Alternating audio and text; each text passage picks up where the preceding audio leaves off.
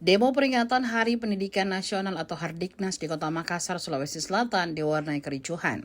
Mulanya aksi unjuk rasa yang berlangsung di batas Makassar Goa itu berlangsung damai.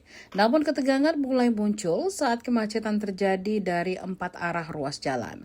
Antrean panjang kendaraan disertai saut-sautan klakson tak terhindarkan. Kendaraan dari arah Jalan Sultan Hasanuddin Goa yang hendak memasuki Jalan Sultan Alauddin Makassar terjebak di tengah pertemuan arus. Begitu juga kendaraan dari arah Jalan Malengkeri Raya menuju Jalan Syekh Yusuf juga terjebak oleh karena posisi pendemo yang berada di tengah ruas jalan.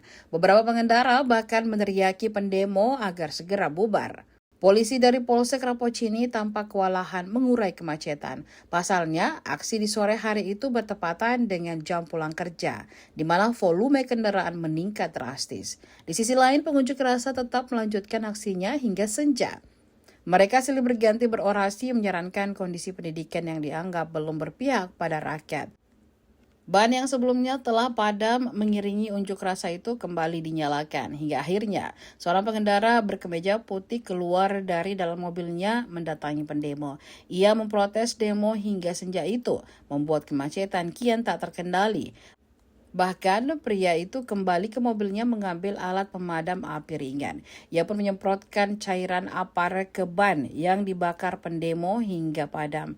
Tidak sampai di situ, saking kesalnya pria tersebut tampak membanting apar yang dibawa di depan pendemo.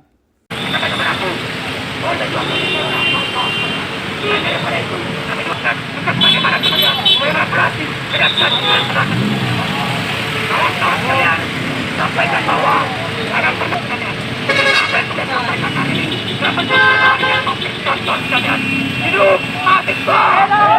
Hidup rakyat jenderal!